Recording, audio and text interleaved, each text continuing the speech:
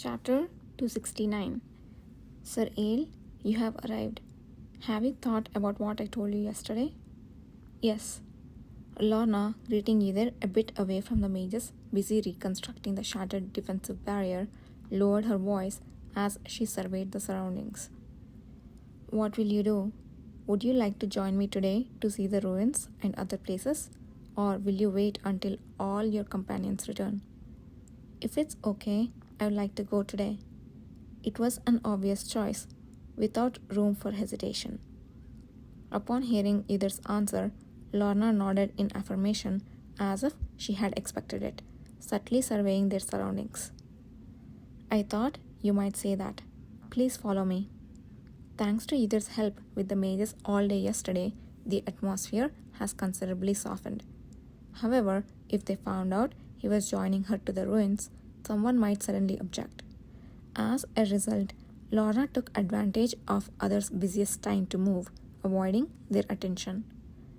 We will need to join the others, but they are all people who have come from the village together, so you won't feel too burdened. As she said this, two familiar mages waited behind a half-collapsed building. Hello. When Lorna mentioned you might come along, we weren't sure, but you're really here. Did you rest well yesterday? Yes, thanks to you. Though the mages who had fully experienced either's cavalry strength on the journey didn't express their joy openly, their eyes revealed their relief at either's participation. They soon began moving along a narrow path behind the collapsed building. The path wasn't naturally formed, but had been crafted by felling trees and leveling the ground.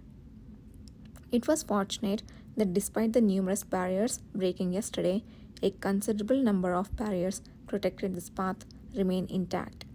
Of course, if monsters cause a disturbance like yesterday, it won't be much use. Lorna, holding an offensive magic tool in her hand, spoke quietly.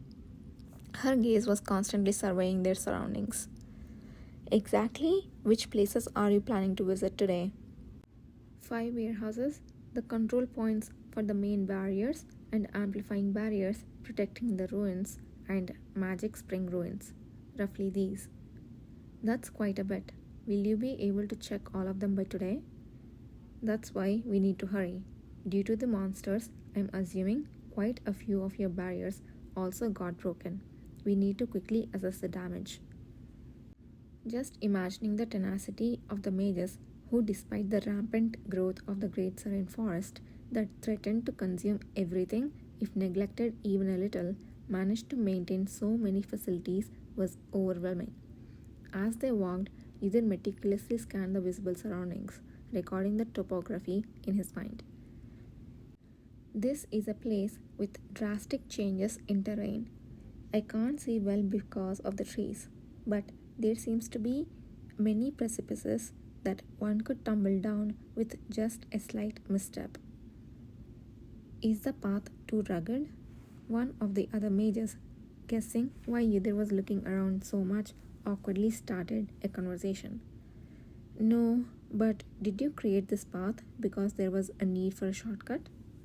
No, most of the flat paths around these are being used as trade routes, and we would need permission from others to use them. If it was just for short-term round trips by merchants and mercenaries, it would be fine. But we stay here for a long time and didn't want to pay usage fees. So we just blazed a new trail. The mage who had responded spoke with tremendous pride. Even when it's hard, it's best when the heart is at ease. Our local mages are probably the strongest among all mages on the continent. The implication of needing others' consent to a well-paved road was tantamount to them being deeply involved in the overland trade occurring within the vast jungle. There were many who made a fortune by providing their well-maintained trade routes to others and receiving a certain commission. But if they had been so stingy towards the mages who had helped others for such a long time, even during the periods of massive monster outbreaks in the West, that was a separate issue. Being so stingy, they are shaking their teeth indeed. Now it makes sense why they aren't on good terms. The guys from the Tain family, it's such a relief that hadn't seen their usual noisy behavior of controlling the roads severely for months, stating they were starting a new business and creating new trade bases. Right, there were many rumors that they were making such a fuss for normal items, but something dangerous. With the monster outbreaks, the monster must have drank a lot of water because of abnormality, so that's a good thing.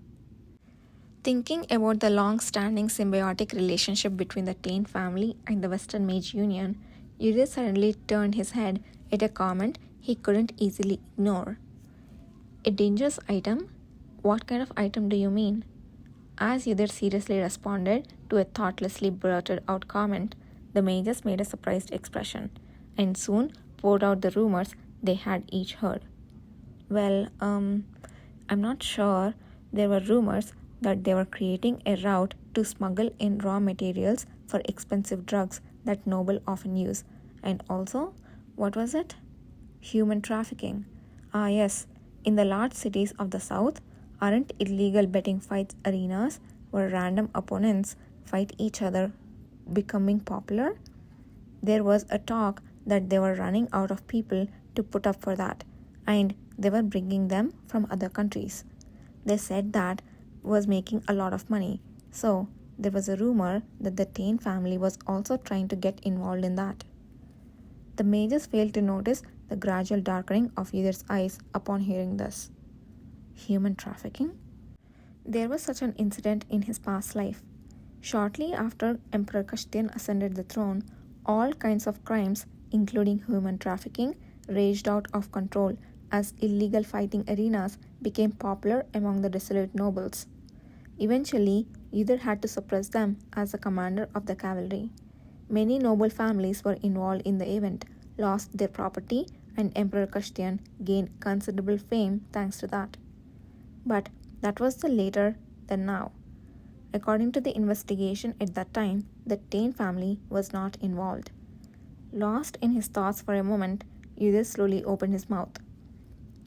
It would be a terrifying matter if true, but moving ordinary people through the vast jungle isn't easy. It's a hard rumor to believe. That's understandable.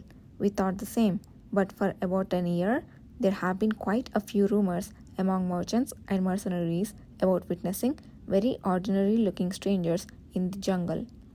Even among our Western Mage Union, there were some who claimed to have seen them. It was dismissed as a hallucination because it seemed so unbelievable. Yudhir's mind was tangled upon hearing the mage's words. It's not a crack in the air, but a person? If the witnesses were not only the mages who mostly stayed near the bases or ruins, but also the merchants and mercenaries roaming the entire Great Serene Forest, then the chances that this was not a mere rumor was quite high. Could it truly imply that they'd partaken in the forbidden trade of this era, or that they had intended to? It's not impossible, I suppose. Over there, you can see the first warehouse.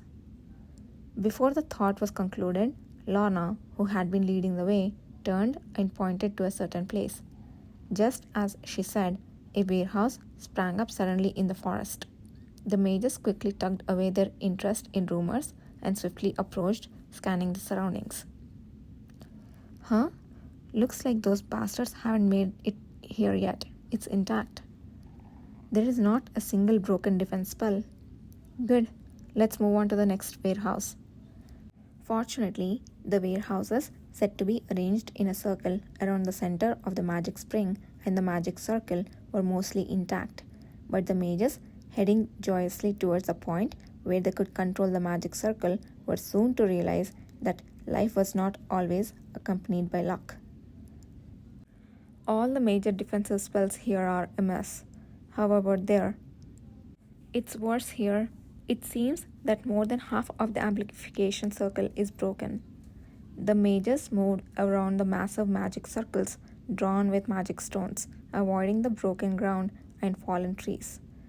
To Yudhir, it was not clear how badly the situation was damaged, but the mages couldn't hide their shocked expressions, as if This place looked even more dreadful than any other disaster scene. We have just started to see a reaction from the magic power in the vicinity of the ruins on the amplification circle. What should we do if all this turned out to be futile? Don't despair before you have even seen it. We need to go and assess the situation first. But look over there, the trail of monsters who broke the circle leads to ruins. The eyes of mages, filled with minor fear, were directed towards the forest, where the massive claw marks disappeared. It's too dangerous. We should report back about this and return only after the base restoration is fully completed. The monsters are likely gone from the ruins, leaving only their traces. If we retreat now, who knows when we'll be able to leisurely to return and examine. Either squinted his eyes and heightened his senses where the mages debated. He focused on sensing any signs from the direction where the monster tracks disappeared, but he felt nothing in particular. I don't know how far those ruins are, but for now, there are no immediate threats. But it's not a bad thing to prioritize safety. Those who want to go back can return first and report. I will take responsibility and check the ruins myself. At that moment, Lorna made a decision amongst the mages. Everyone else, it seemed, had decided that their lives were more valuable. Either squeezed himself in between the mages and spoke. I will accompany you.